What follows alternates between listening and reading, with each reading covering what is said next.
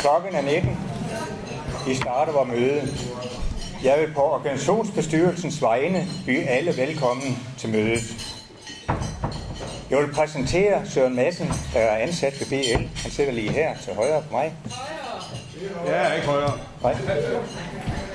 Vi vil gå til første punkt på dagsordenen, og det er valg af dirigent. Organisationsbestyrelsen vil pege på Søren Madsen, som I lige har set her. Er der andre forslag? Er der det? Det er der vist ikke. Søren Madsen, du er valgt.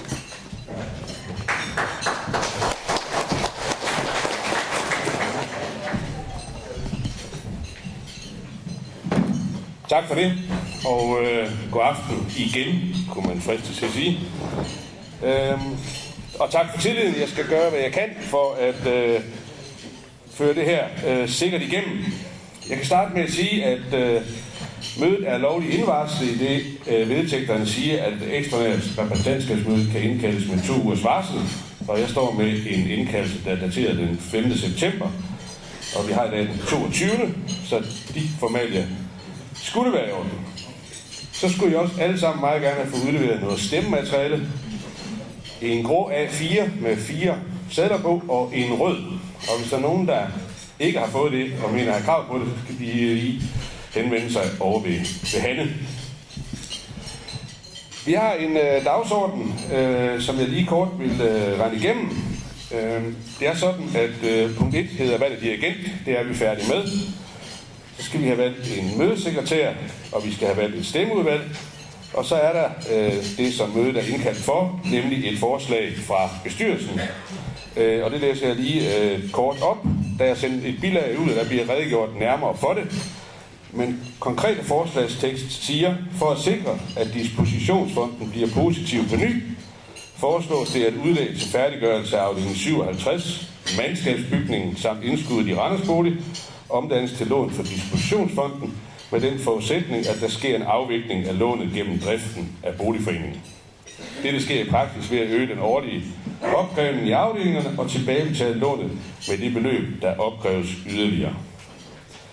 Det foreslås derfor, at der i indeværende år 2013-14 besluttes ændring af boligforeningens budget, således at der opkræves yderligere 1000 kroner per lejemålsenhed i alle afdelinger, og at disse midler anvendes til at tilbagebetale lån for dispositionsfonden til sikring af den fortsatte drift af boligforeningen. Og at der fremover i årene 2014-15, 2015-16 og 2016-17 ligeledes opkræves 1000 kroner per lejemålsenhed til afvikling af ovennævnte lån for dispositionsfonden.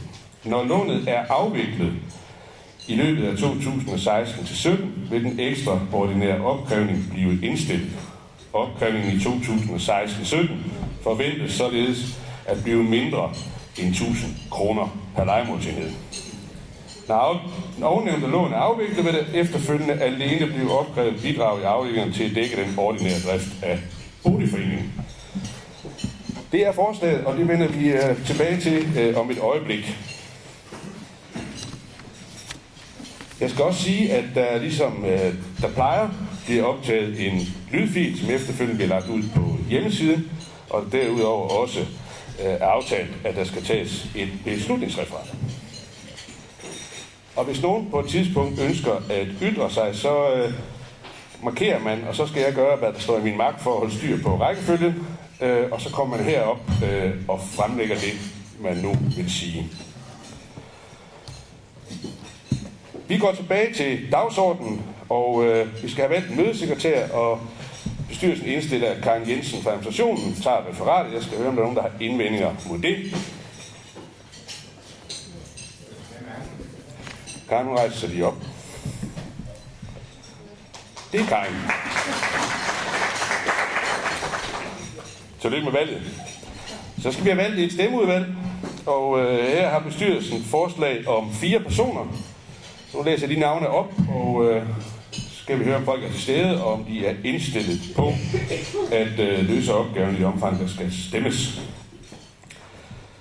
Helle Røling fra afdeling 9. Du er der? Ja. Og det vil du gerne, kan jeg se. Tak. Karin Larsen fra afdeling 11. Ja. Ja. Tak for det. Esther Petersen fra afdeling 24. Ja. Og Line Jensen fra afdeling 27. Er der flere, der brænder, eller kan vi tage de 4? Er der nogen mænd, der brænder for?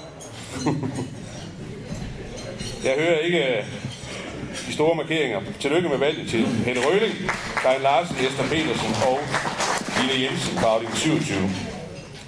Så er vi nået til dagsordens punkt, den reviderede genopretningsplan til godkendelse, og jeg skal give ordet til Dennis Larsen. Ja, tak. Den her kan jeg godt høre. Er den for høj? Godt. Jamen, jeg vil gå videre med en lidt nærmere gennemgang af det materiale, der er sendt ud. Jeg tror måske lige, vi skal slukke for oktober. Så der er lidt rigeligt knald på den her. Ja. Hvis vi lige skal starte fra begyndelsen, i hvert fald set med mine øjne. Der er nogle af jer, der har været med i rigtig lang tid, men der er også en del her, som er forholdsvis nye i repræsentantskabsøje med, og ikke har været hele turen igennem i forhold til boligforeningens, skal vi sige, op- og nedtur. Den økonomiske genopretning af den her boligforening, den begynder i virkeligheden i januar 2013. Det er der, hvor vi får et regnskabsudkast sat sammen på baggrund af regnskabet 2011 og 12. Og der viser det sig, at der er blodrøde tal i boligforeningens dispositionsfond i forhold til den måde, som vi mener, at tingene skal bogføres på. Endvidere så var der en række afdelinger, som var i negativ likviditet, og særligt var der en bestemt afdeling, nemlig afdeling 56 på Flyvervej, som var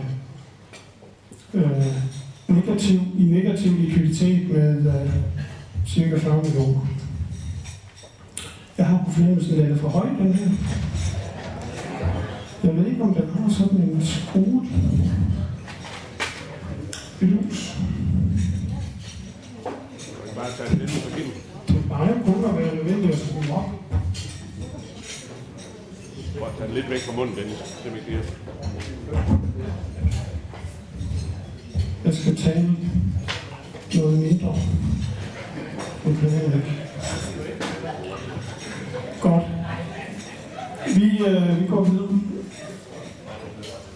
Hvis vi kigger på det regnskab for 2012, så var det klart, at boligforeningen var i en dyb økonomisk krise. Og på det tidspunkt gik administrationen i gang med at lave en handlingsplan for, hvordan vi kunne rette tingene op. Og den handlingsplan, den førte til den første økonomiske genopretningsplan fra januar 2013.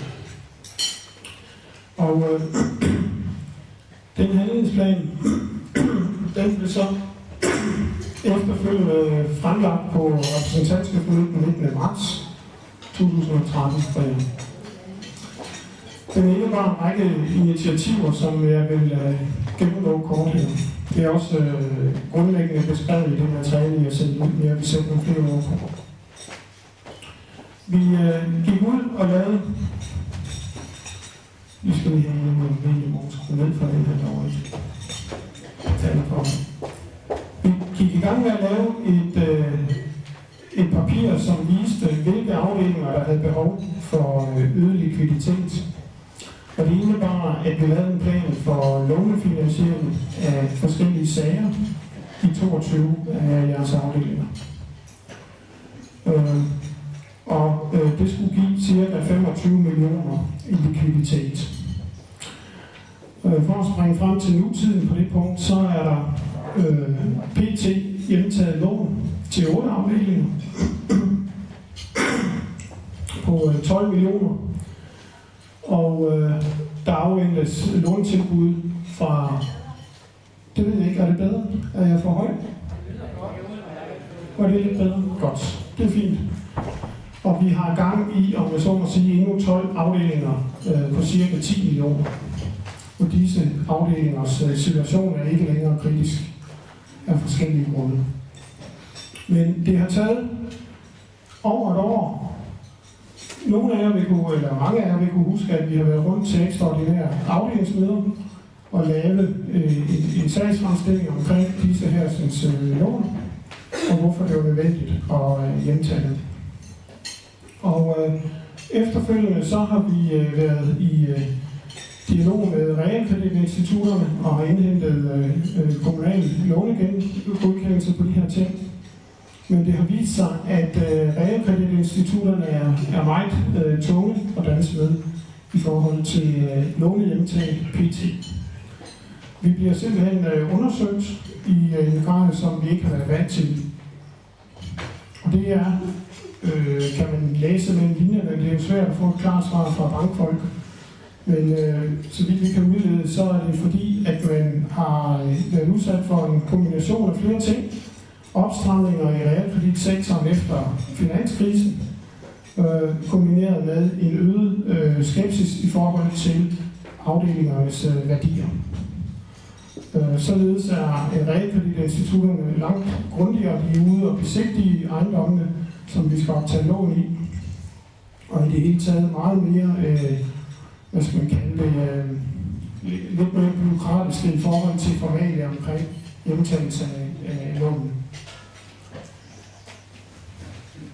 Ud af de 22 afdelinger, der har vi så, som nævnt, 8 i hus og 12, som vi venter på. Og så er der en afdeling, som har afsluttet deres sag i en anden vej, ikke har haft behov for lånefinansiering den her vej rundt. Og endelig er der en afdeling, som vi skal arbejde videre med, i forhold til, at der er nogle problemstillinger med, at afdelingen er afvist af realkreditinstituttet. Udover låneproblematikken og det element af genopretningsplanen, der handler om hjemtagelse af lån, så har vi indført en ændring i praksis omkring opkrævning af administrationsbidrag. Der er jo 2 elementer i administrationsbidrag. Dels det, der går til forretningsførelsen til Randers Bolig, det er kendt. Og så dels det bidrag, som går til driften af selve boligforeningen, og det kan godt svinge i forhold til budgettet. Når man så kommer til regnskabet, så betaler det godt til anderledes ud. Og der har man før i tiden haft for vane, at hvis man havde underbudgetteret kost, administrationsbidrag, så det ikke var kostægte, så tog man bare et underskud på driften. Og det må vi ikke længere, fordi det er der ikke penge til. For det underskud, det skal så finansieres af arbejdskapitalen i boligforeningen. Og det må være brugt op. Så det vi gør nu, det er, at vi opkræver kostægte administrationsbidrag. Uanset beløbet, så hiver vi pengene ind fra afdelingerne ud til året, således at boligforeningens drift er i balance.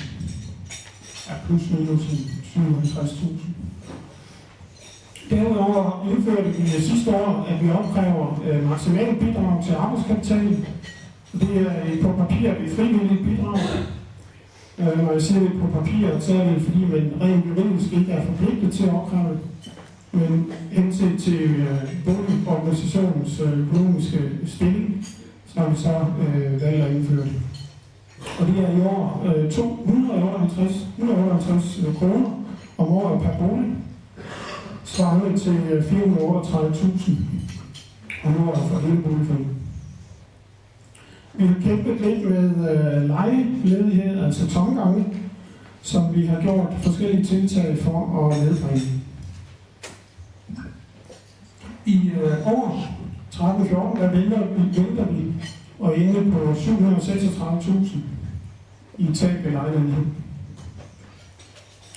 Derudover så er der opstået den her post, som for boligforeningen, som hedder tab ved fraflytninger. I 2013 blev lovgivningen ændret, således at boligforeningen skal dække afdelingernes tab ved fraflytninger, hvis disse tab overstiger et vist beløb, svarende til 313 kroner per lejemålsenhed. Og det tab, det har ligget i 12-13 for boligforeningen på 2.321.000. Altså et meget, meget højt tal. I år forventer vi det nedbragt til rundt 2 millioner. Men det er stadigvæk for meget i forhold til de penge, vi får ind i dispositionsfonden. Så der er netto et underskud i dispositionsfonden på at dække tab ved fraflytninger og tab ved tomgange. Det sidste, jeg vil lige hoppe op til den tab ved lejlighed, tab ved tomgange. Der har vi lige nu en positiv situation, hvor vi har næsten alt udlejet fuldt ud. Næsten alt udlejet. Jeg tror, vi har 3-4 tomme boliger. Så hvis vi bare kan kæmpe os ned på det niveau, så kan vi spare mange penge i boligforeningen.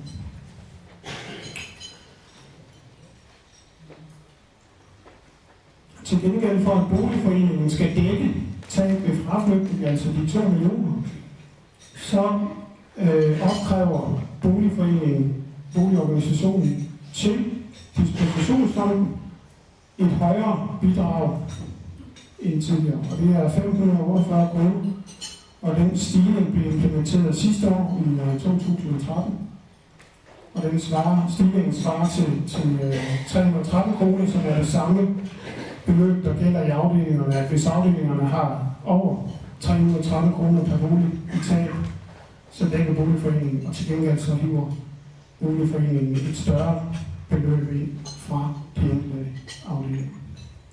Så det, der er resultatet, det er, at man flytter en problemstilling fra de afdelinger, der har store tab ved fraflytning, og som lider under dette, så flytter man problemstillingen op på fællesskabet, boligforeningens fælles penge, og siger nu det et kollektivt problem.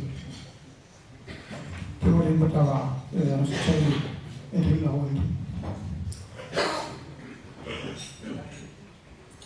Hvis vi kigger på den øjeblikkelige status for den genopretningsplan, vi synes af fortsat, så er det sådan, at driften for boligforeningen nu er i balance. Det vil sige, at den del af administrationen, som går til selve boligforeningens drift, den er der nu efterhånden her i 13-14, og i hvert fald i 14-15, budgetteret kostægte, så vi ikke forventer store underskud på boligforeningen. Men det, som man ikke kan kontrollere samme grad, det er udgifterne til tab, og de er stadigvæk for store med de 2 millioner plus 736.000.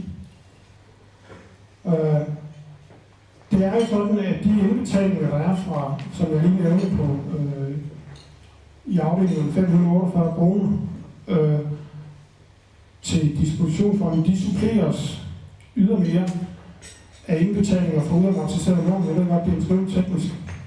Men uamortiseret lån i afdelingen, dem fortsætter man jo med at betale i den enkelte afdeling. Men i stedet for at pengene går til realkreditinstitut, så går de til boligforeningen en tredjedel og Landsbyggefonden 2/3. Men de penge er desværre pt. i jeres boligforening ikke nok til at skabe et positivt pengeflow ind i opsparingskontoen. Og alle disse ting, de medfører så, som der står ved indgangen af det regnskabsår, vi er på vej af nu, men der står der 31,5 millioner for lidt. Vi har så hentet realkreditlån ind, som jeg startede med at sige, i 8 afdelinger, og der er 12 på beding. Og det giver så, at når det er overstået, så er vi nede på en disponibel saldo på 10 millioner. Så det er stadigvæk rigtig mange penge. Vi har udover at indhente lån fra eksterne realkreditinstitutter, så har vi også nedbragt saldi, altså mellemregningsbeløb mellem afdelingerne og boligforeningen, hvor det var muligt. Det vil sige, at afdelingerne af de steder, hvor der var penge i kassen, har afviklet mellemregninger til boligforeningen, så pengene i stedet for kommer over i boligforeningen igen. Så boligforeningens disponible saldo vil være øget med udgangen af året her, altså driftsåret 2013-14, men saldoen vil stadigvæk være godt 10 millioner i negativ tegn. Når vi så kigger på, hvad skal der til for at få has på de 10 millioner, hvor er de penge hjemme? Nu vi har hentet penge ind med arme og ben til boligforeningens dispositionsfond, så er de store udstående afdeling 57 på Spillervej. Ved højhuset deroppe, der ligger 3 flotte højhuse, og det længst mod øst af vores 24 boliger. Det er blevet væsentligt dyrere end budgetteret på grund af totalentreprenøren gik konkurs midt under byggeriet.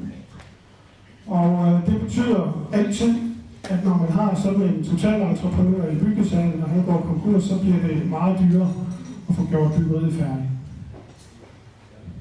Og på grund af den manko, så ender vi i den sidste ende, når vi får byggeregnskabet helt færdigt, på 5,4 millioner i negativ træng på byggesagen. Der var det så på et tidspunkt en plan at give afdelingen et lån på de her 5,4 millioner, og så bede beboerne om at afdrage lånet over 50 år. Og det har vi diskuteret tidligere, kan jeg huske, med repræsentanterne fra afdelingen 57. Det var de ikke særlig glade for. Der er nok nogen til stede i dag. Heldigvis for 57, så var kommunen heller ikke inde i den model, så vi har simpelthen rettet ind og så sagt, at så må dispositionsfonden afholde denne udgift. Og da der ikke er nogen penge i kassen, så er de egentlig brugt uden at være der. Så det kan man jo ikke. Men altså regningerne var jo betalt, og det er de blevet hen ad vejen. Og når så hul i kassen er der, jamen, så må man jo finde en løsning. Det er jo oprydning. Den kan vi vende tilbage til, hvis der er behov for det. Ombygningen af mandskabsbygningen i Østbyen, den er jo lavet om på et eller andet tidspunkt i samarbejde med nogle af afdelingerne, eller flere afdelinger i Østbyen, som der står som mandskabsfaciliteter.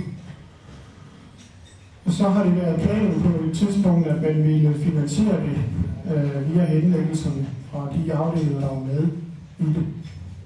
Og det har vist sig umuligt at komme igennem med. Der er ikke det beslutningsgrundlag, der skal være på plads, for at man kan bruge afdelingernes henlæggelse. Det er der ikke. Og det er håbløst at få skaffet likviditet fra afdelingernes henlagte midler til sådan noget så stort et projekt som det der. Det skulle man ikke tage lån til fra starten. Så bestyrelsen har så her i 2014 besluttet, at vi bruger det lokale til lokalkontor, det nye lokalkontor, og så ryger det på boligforeningens fælles drift. Udover de 3,5 millioner, der var brugt, så bruger vi så 0,5 million på at få lokalkontoret etableret. Der skal ske en mindre ombygning og investering i IT. Så der mangler 4 millioner på bundlinjen. Og endelig problem nummer 3. Det er ikke et rigtigt problem. Vi behøver ikke at opkræve den million, kan jeg lige så godt sige, men vi gør det for at få penge i kassen. Således at den million, der er indskudt i Randers bolig, den bliver gjort likvid. Og så vi har den at gøre godt med i andre sammenhænge. Altså, hvis der skulle ske noget andet uforudset, så har vi den million ekstra. Det der bolig, det er et indkøbsfællesskab, som man mange boligselskaber er gået sammen om for mange år siden. Og det indskud på de 25.000, det står så bare som en tilgodehavende.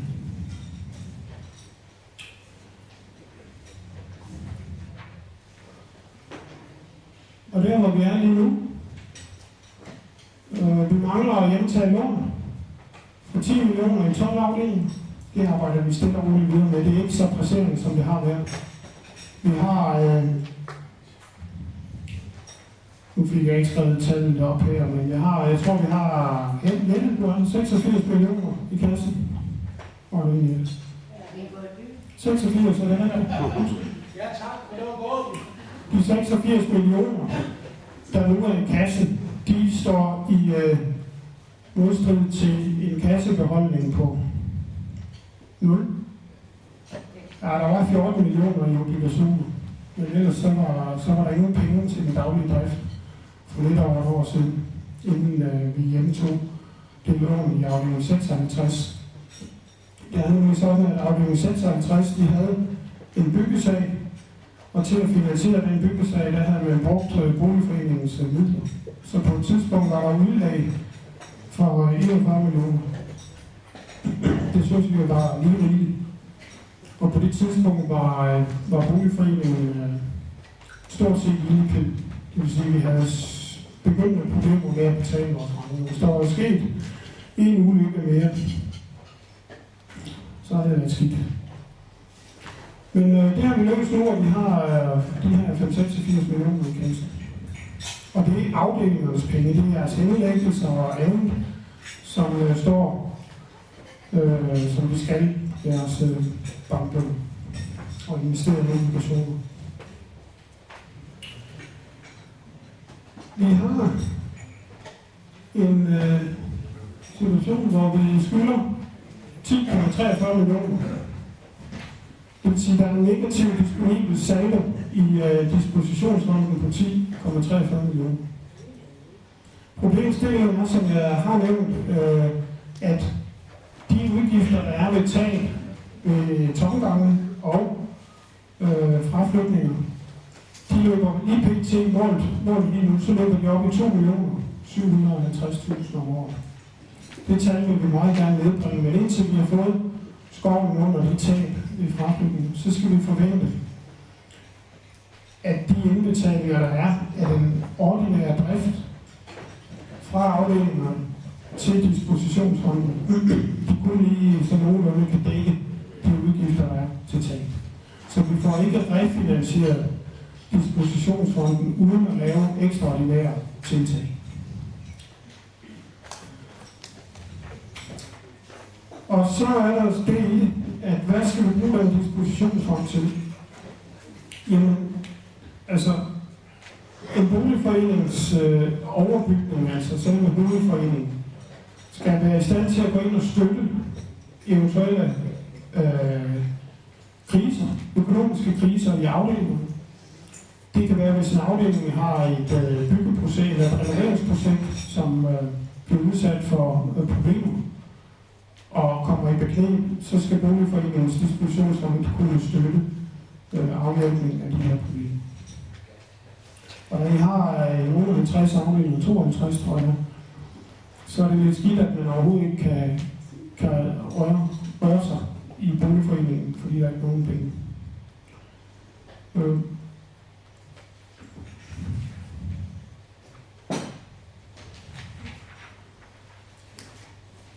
Hvis I husker, jeg nævnte realkreditinstitutterne, så er det faktisk noget af et problem.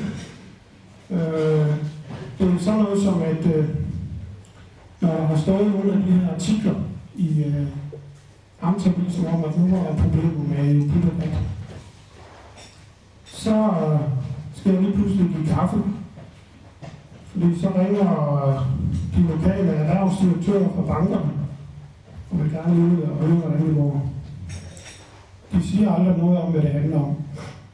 Men de skal bare ud og have en kop kaffe.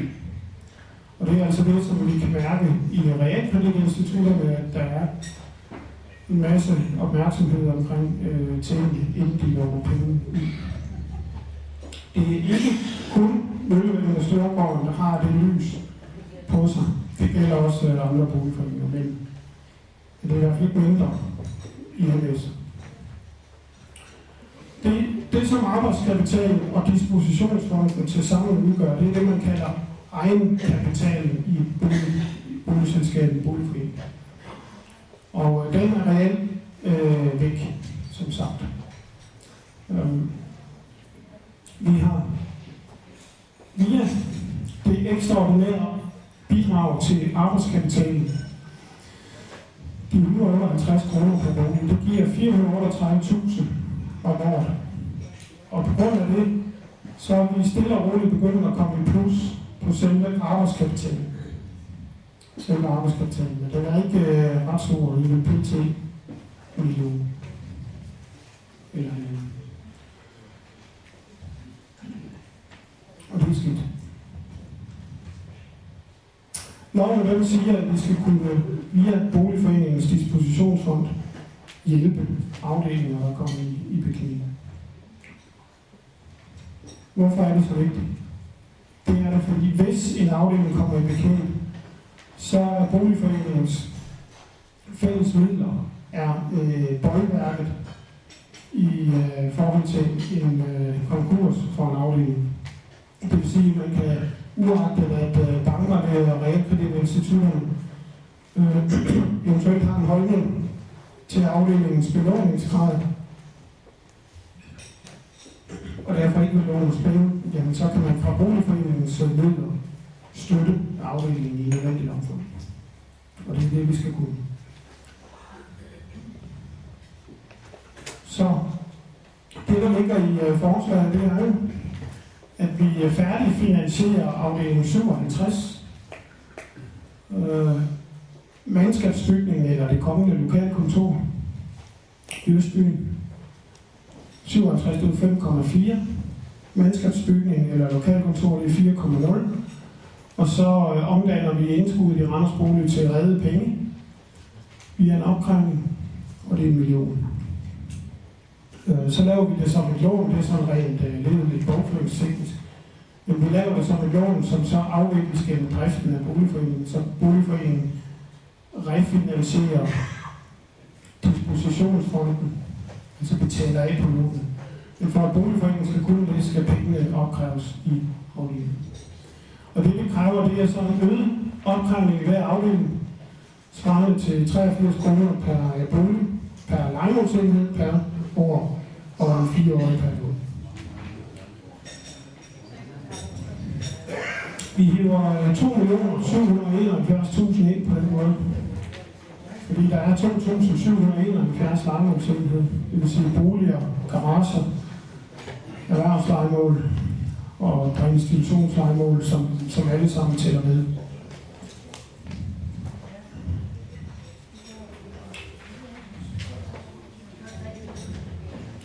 Og det ser sådan ud.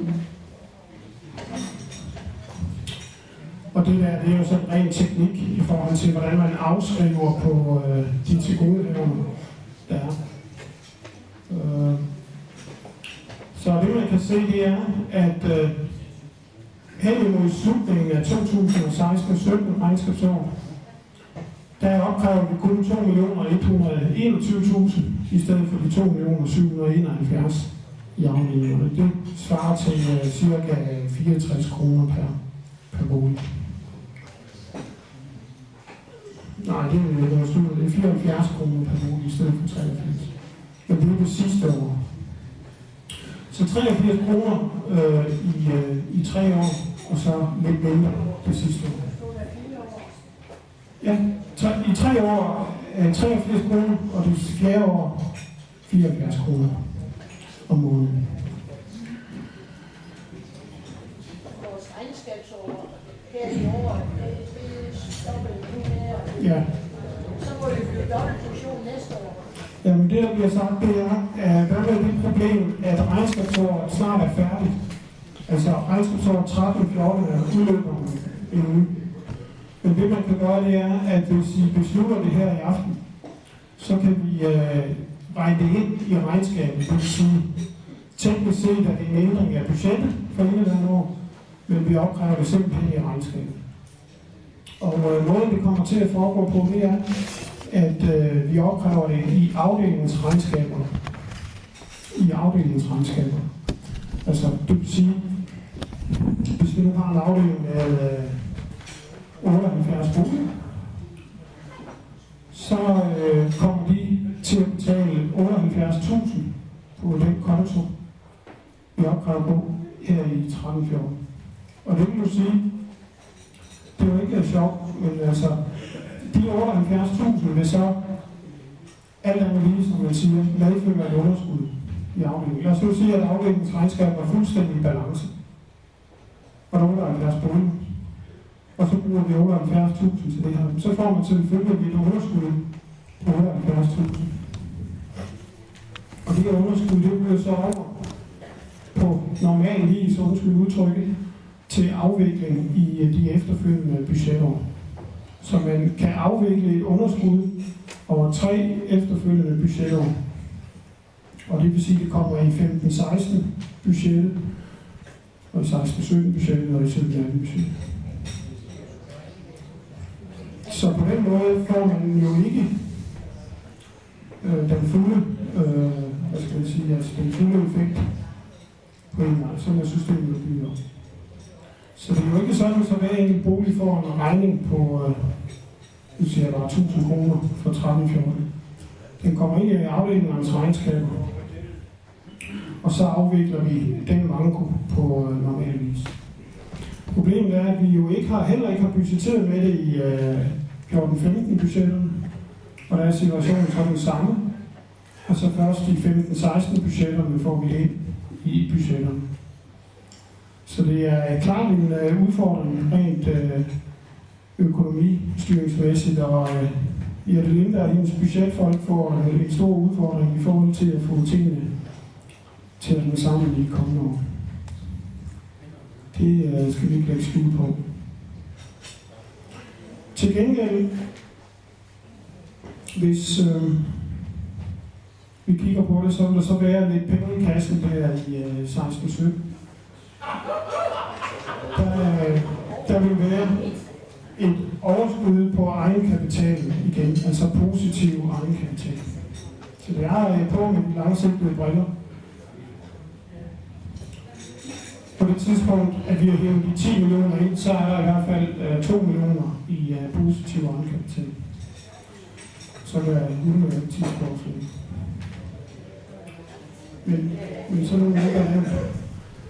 Hvis der nu bliver, jeg skal også sige, at hvis der nu bliver underskud i indeværende år på driftsregnskabet i boligforeningen, det ser ud til, at det bliver på ca. 100 kroner per bolig, så bliver de 100 kroner fratrukket det, vi opkræver ekstraordinært. Det vil sige,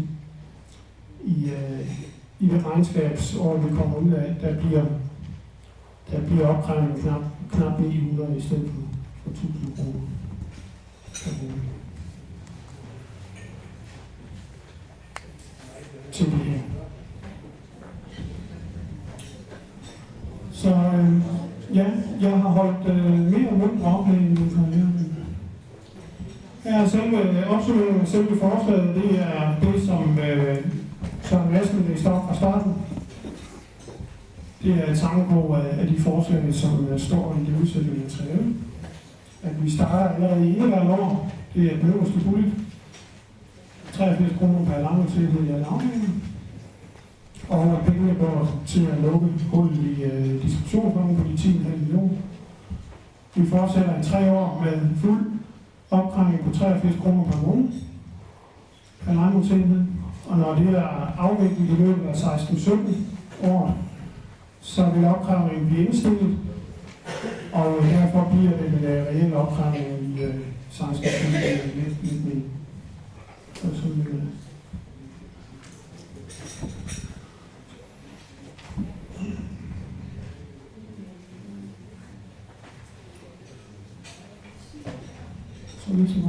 Tak til H. Ja.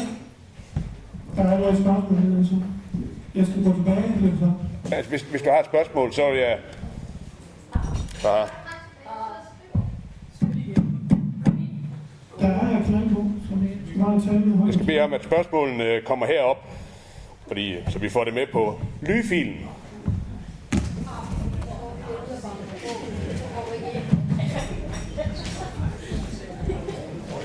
Ja.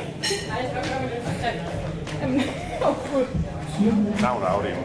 Søren Nielsen, afdeling 7. Dennis, vil du være sød og hoppe et hak tilbage? Jeg sidder og skriver med.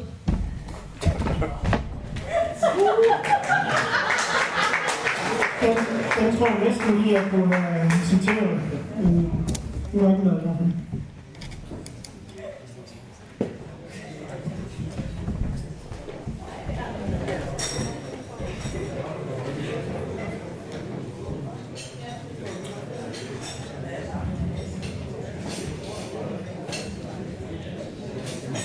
Skal jeg sige noget? Altså, hvis I gerne vil, så må I gerne få slidesen. Så er det fint for at notere det hele. Okay. Kan man høre noget her? Kan man høre? Det er jo holdt derop, man kan. Så er der mulighed for at stille spørgsmål eller kommentere, og selvom jeg har forstyrret nogle dage med noget, som vi måske kan klare helt uden talerstol, så skal jeg stadigvæk bede om, at man kommer herop, og hvis man vil sige noget, og ja, er der nogen? Eller skal vi skride direkte til en afstemning?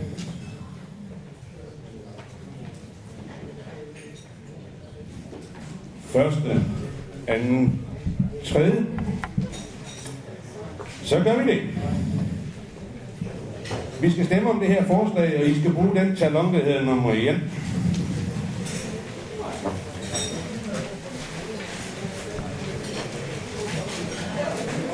Og hvis man på sin talon nummer 1 skriver ja, så støtter man forslaget. Og hvis man skriver nej, så gør man ikke. Så ja, det vil sige støtter forslaget, og nej. Værsgo og stem, og så skal vi stemmeudvalget om at træde i funktion. Formelt stemme.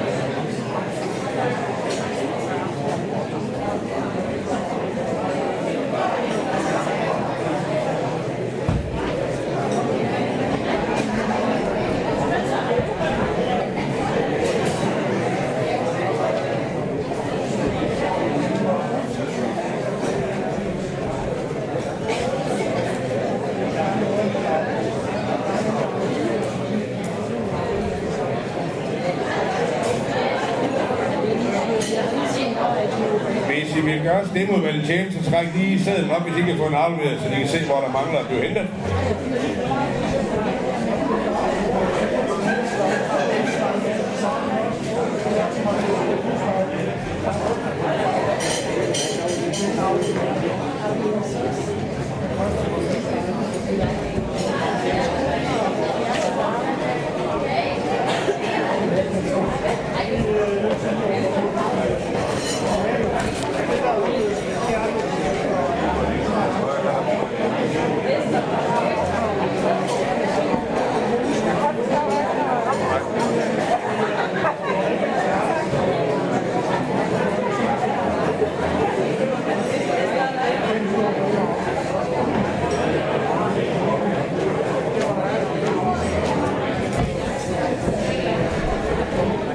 Har alle afleveret deres stemmeseddel?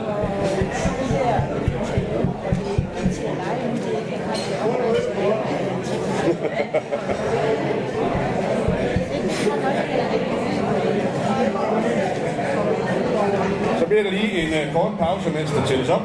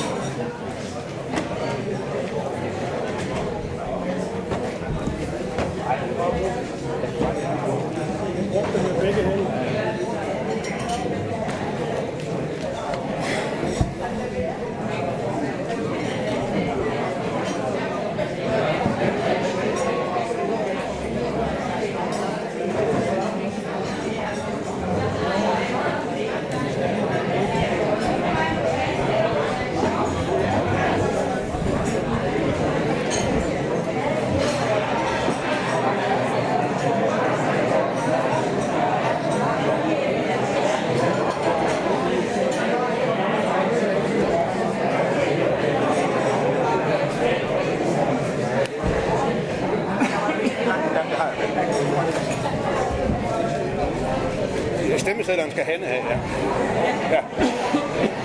Yes, velkommen tilbage. Vi har afstemningsresultatet. Der er afgivet i alt 114 stemmer. Det var dem, der måtte. Så det var godt. 1 blank, 63 ja og 50 nej. Det betyder, at forslaget er vedtaget. Og hermed er dagsordenen udtømt, og jeg skal som dirigent sige tak for god ro og orden. Formand til noget.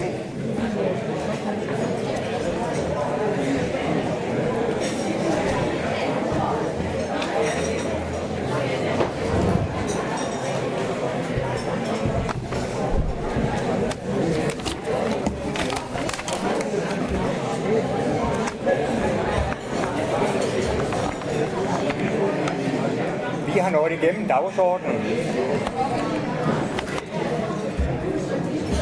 har nået igennem dagsordenen. Jeg vil sige tak til Søren Madsen for hans indsats som dirigent, og jeg vil takke øvrige deltagere på mødet. Mødet er slut. Tak for i aften, og kom godt hjem.